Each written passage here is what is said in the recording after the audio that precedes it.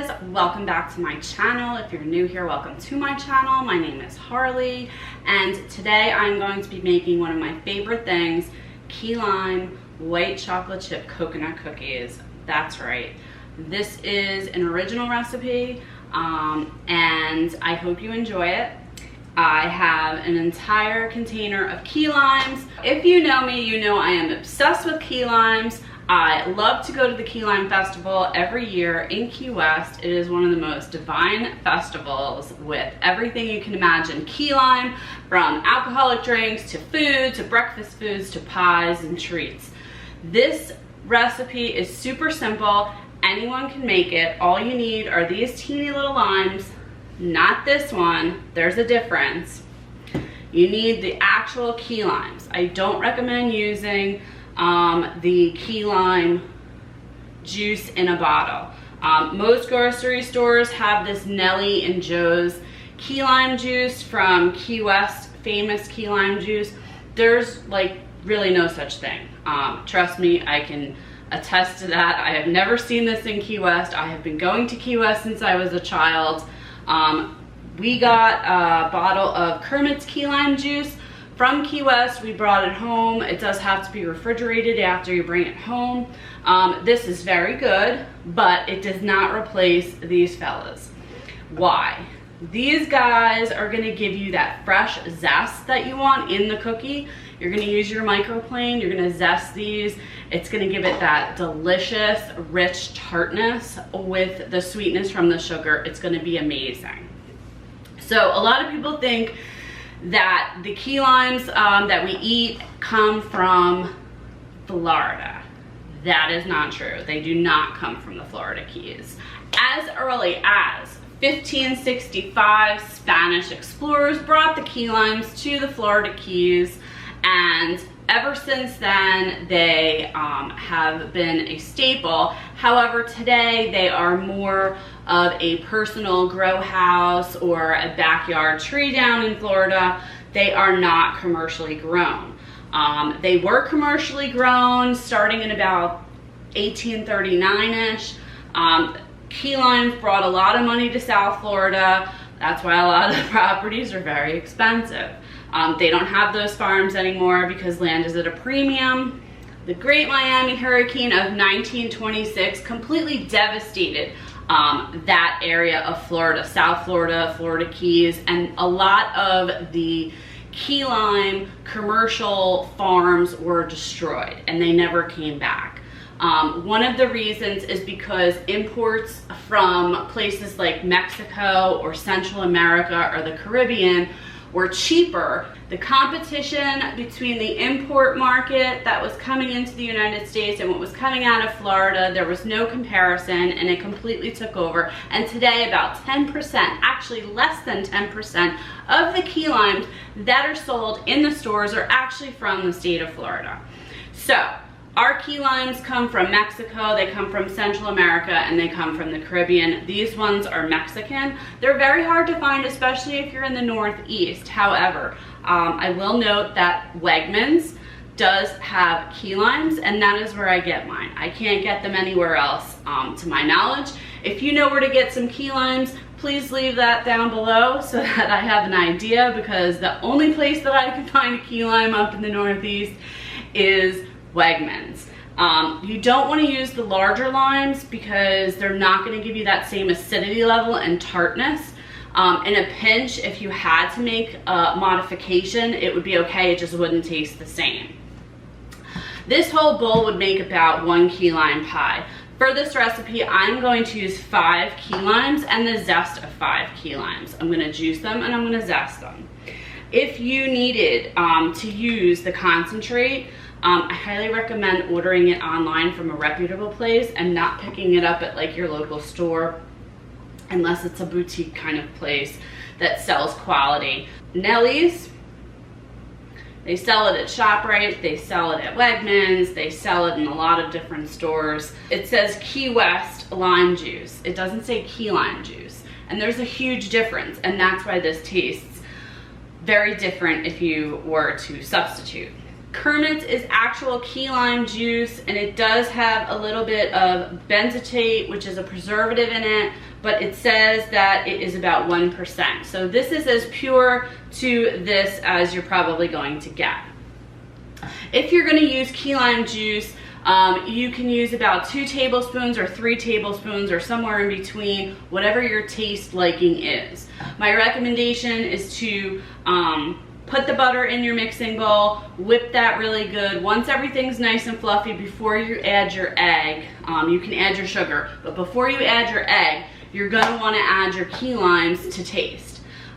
So you start out with maybe 1 tablespoon, see if you like it after it's whipped, then you put another one in, and etc.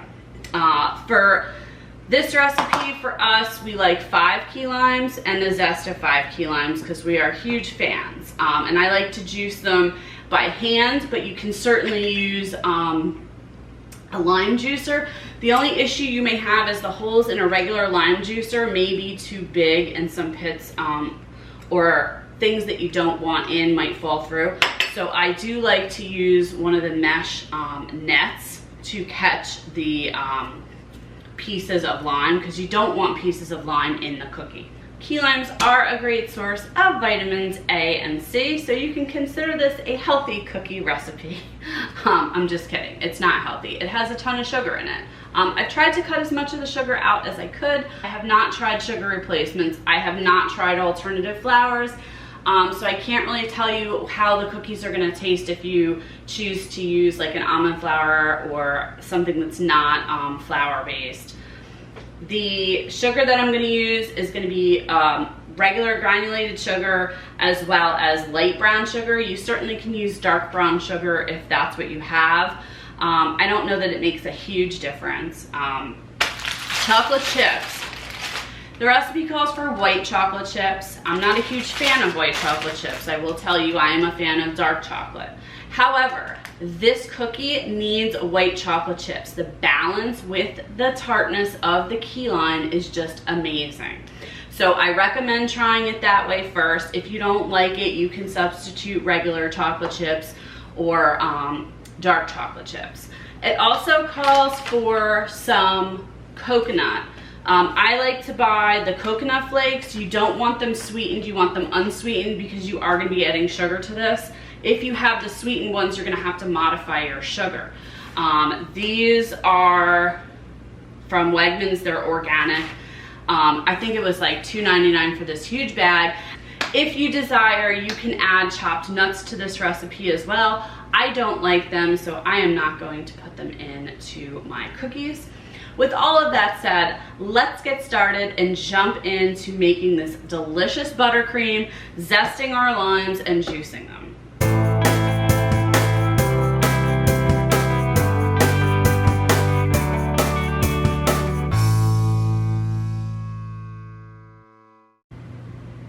That's about how much I got from 5 key limes.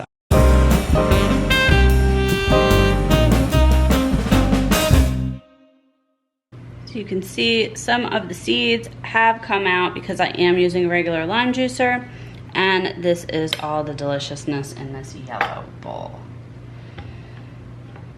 So the first thing that I'm going to do now is I'm going to take about a stick of butter and I'm going to beat that with my brown sugar and my white sugar. I will leave all of the ingredients as well as the measurements down below so you can make this if you want. So my buttercream is very creamy. There you go.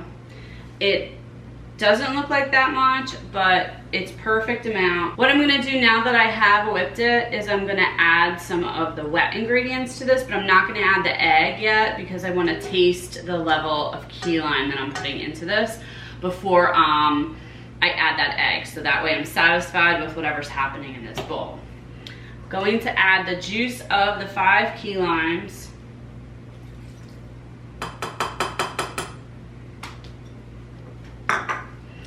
I'm going to add vanilla bean paste.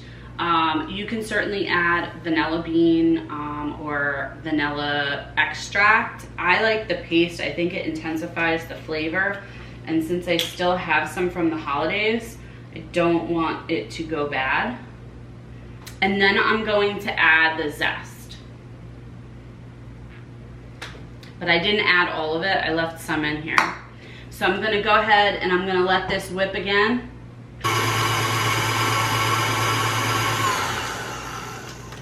I'm gonna go ahead and I'm gonna scrape this all down and let it go again. Make sure everything is combined really well. I don't know if you can see it, but there's little pieces of key lime within, and it smells. It's so zesty and fresh. Amazing. Just amazing. You can always use this to top a cake too if you want.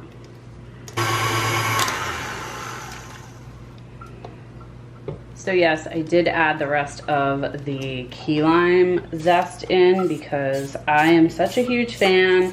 I just can't get enough of it. If it's too limey for you, obviously don't, but I'm telling you, the sugar really does balance this.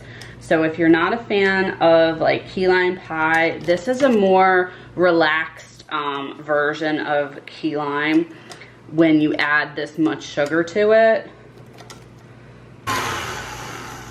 I'm gonna go ahead and give this a stir one last time. Make sure that egg is all incorporated. I know I have the right level of lime before I added that egg. So no more tasting the bowl and licking. Now that the buttercream is made, I'm going to take my dry ingredients and I'm gonna give them a really good whisk because I want them to all get incorporated and I don't have a sifter. So with the buttercream, you can mix it as much as you want. It's not gonna toughen up, nothing bad is gonna happen to it. It's actually just gonna get fluffier. Once you start adding the dry ingredients though, you're only gonna wanna mix this until combined. So I'm not gonna use the KitchenAid, I'm gonna hand mix it. So I have flour, baking soda, and baking powder in my bowl here. I'm gonna add that to my wet ingredients and then I'm going to hand mix it.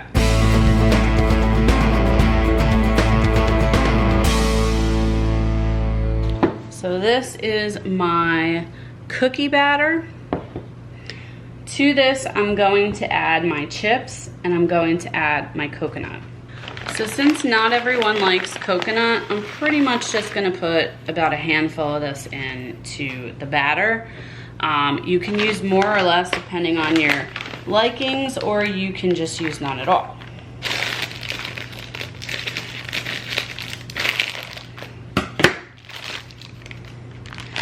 As for the white chocolate chips, I'm going to use about a half a bag.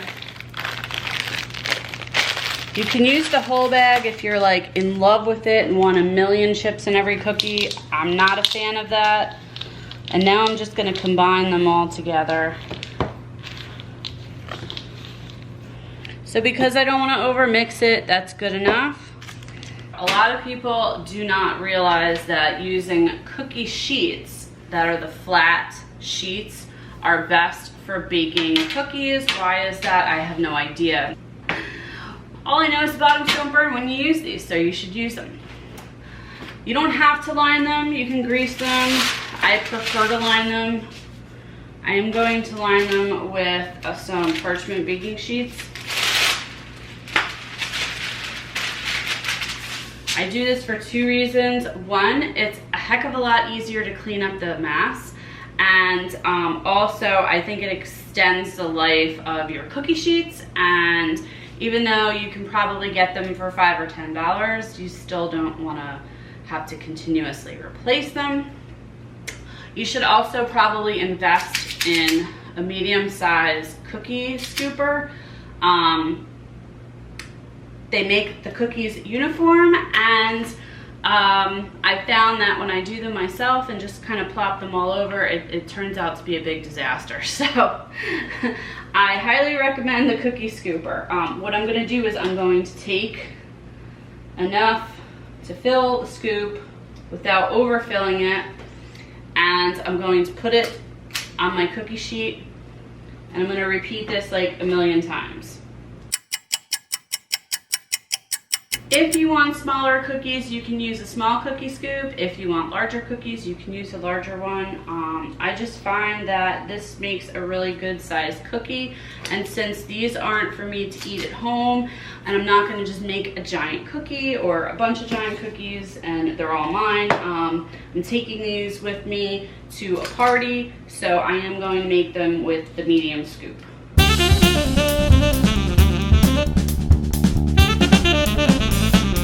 So I have 2 baking sheets with 12 cookies each, so that makes 24 cookies. And then I have 3 extra cookies that I put on a regular tray. I don't care if they burn, these are gonna be for us to stay at home. These cookies are gonna bake for about 8 to 11 minutes, depending on your oven, at 375, and then there will be perfection that happens when they come out. And your house will smell amazing, so you're welcome. So here is the finished product. It looks absolutely amazing. I'm gonna go ahead and let these cool. I hope you try this recipe at home. Please don't forget to like, share, and subscribe to this channel, and I will see you next time. Thank you for watching.